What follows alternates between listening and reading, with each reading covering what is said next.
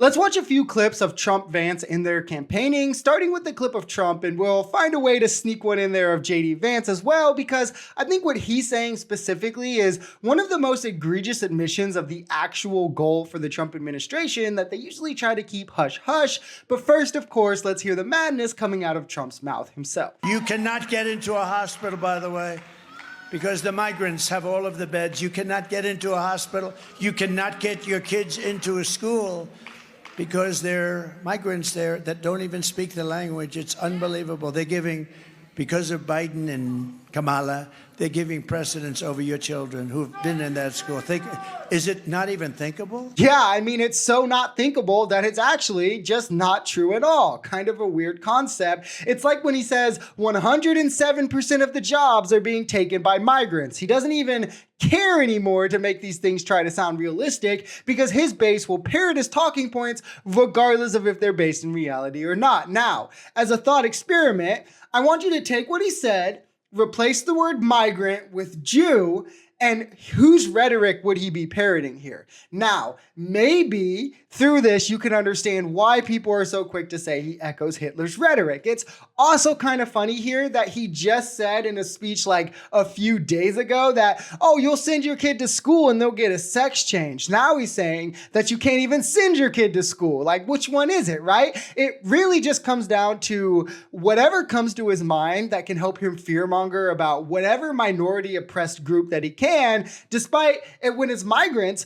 data showing them being much more beneficial than detrimental to our country and economy, creating jobs, paying into social services, committing less crime, literally by any metric. You asked about the PRO Act. Now here's the problem with the PRO Act is in some ways it doubles down on a lot of the failed things that we've done instead of looking at American labor policy as something that's going to be better for the 21st century than it was in the 20th century. If you actually, and look, I believe in the right of workers to unionize if they choose to do so, but private sector union participation went from about 33% when my papaw was a union steel worker. He was actually a welder, just like Bill.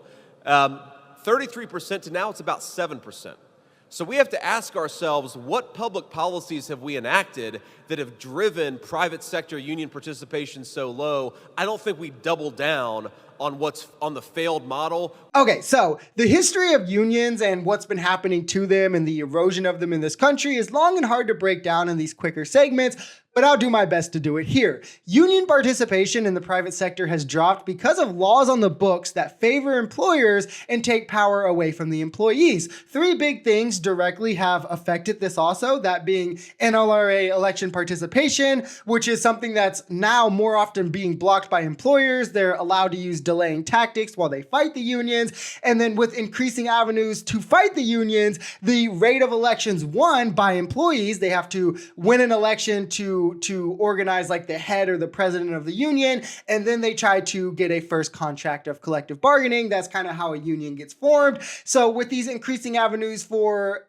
companies to fight unions, the rate of elections won have dropped from 80% in the 40s, 4 out of every 5, to less than 50% in the 80s. And the winning of a first collective bargaining contract, again, what comes after you win an election and get your president, has dropped to near 50% as well by the 80s and has been on a steady decline since, which all was enabled by the legislation, like I mentioned, such as the Taft-Hartley Act, one of the biggest attacks on labor we've seen in this country, which made the NLRB, the Labor Relations Board that's supposed to defend workers, have to, by law, prioritize litigation against unions over litigation against corporations. For instance, litigation like illegal firings of union workers or firing workers who go on strike. It allowed corporations to also engage in this captive audience meetings with employees where they could pretty much do mandatory meetings where they're effectively spreading anti-union propaganda or pushing how you'll get fired if you join a union. And then there's the numerous Supreme Court rulings that we could go in where they began to rule in favor of employers as the Supreme Court grew more conservative, allowing for things like replacement workers during strikes, pretty much enabling corporations to fire workers who go on strike and just replace them, leaving these striking workers out of a job job, thus more in fear to go on strike, to join unions, all of that. Also allowing at-will states where corporations can just fire you for any reason. You join a union, they're just gonna fire you. So it's because of labor law not keeping up with labor interest that the decline is happening. Trying to blame it on anything else is disingenuous, which is why it's especially egregious that he's saying what he's saying about the most pro-labor legislation we've seen since the NLRA was first passed. And again, kind of shows the real goal of this Trump administration to even further pull away from labor like he did in his first. Nothing listed in the PRO Act has ever been tried, and instead they've been regularly blocked by Republicans like Trump, by Republicans like Vance. I mean, Trump weakened the NLRB to the fullest capacity he could during his administration, pulled away from collective bargaining as much as he could in their administration. So a vote for Trump is a vote against labor. There's no argument against that. The PRO Act would cut employers out of union elections. It would set strict requirements for corporations to be forced to meet with collective bargaining on a first contract, court procedures to reinstate workers fired for union activities. But this is going to harm unions and labor. How again, JD Vance? These are the people that we have coming into our country, and we're now known as, and all throughout the world, as an occupied country. We're an occupied country, can you believe? This is both really stupid and really dangerous rhetoric that, again, will directly and has directly led to violence against migrants and the discrimination of brown people in this country. But we're not occupied. You know what is occupied? Palestine. Palestine was also occupied in 2018. And what did Trump do about it? He moved the embassy to East Jerusalem, which is also illegally annexed land by the occupying force.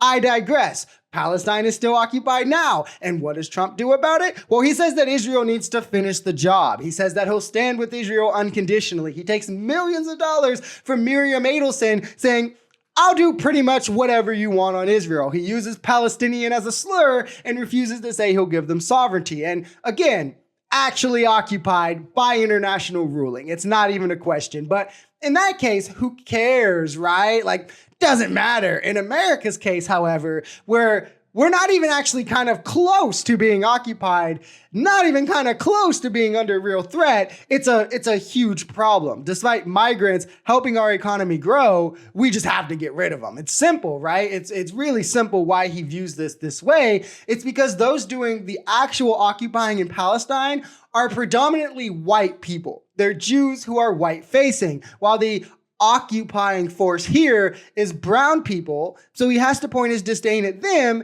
because of racism. And then also, I'm sure, you know, the hundreds of millions of dollars from Miriam and formerly Sheldon Adelson doesn't hurt. If you enjoyed this video, we're Social Society. We're a commentary channel influenced by politics, society, and the economy. We are pretty left-leaning on this channel, but we're open to our right-wingers as well. The biggest thing here is having conversations that get everyone to the bottom of the truth. If that sounds like something that could interest you, consider smashing that subscribe button, leaving us a like, or even commenting on this video. We even have memberships available as low as $3 if you'd like to support, because the only way we become a society is together. Peace.